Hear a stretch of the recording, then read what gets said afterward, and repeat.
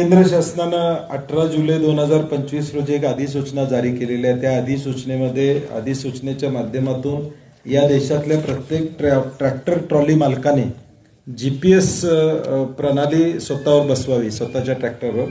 VLTD या vehicle location tracking device हे बसवावं अशी अधिसूचना काढलेली आहे। त्याचबरोबर ब्लॅक बॉक्स म्हणजे याचा EDR म्हणजे त्या ट्रॅक्टर ट्रॉलीचा एकूण सगळं काय काय झालं याची माहिती असणारा EDR म्हणजे तो बसवावा अशी सूचना केलेली आहे। आणि ट्रॉली आणि नवीन कपलिंग बसवावे अशा पद्धतीचे 2-3 गोष्टी कराव्यात अशी एक अधिसूचना काढलेली आहे 18 जुलैला। त्याच्यावर सजेशन ऑब्जेक्शन केंद्र शासनानं मागितलेलं आहे। 18 ऑगस्ट पर्यंत शेतकऱ्यांनी ईमेल लिंक आम्ही सोशल मीडियावर व्हायरल करतोय, त्या ईमेल लिंकद्वारे या ऑब्जेक्शन्स केंद्राकडे पाठवावेत अशी आमची विनंती आहे।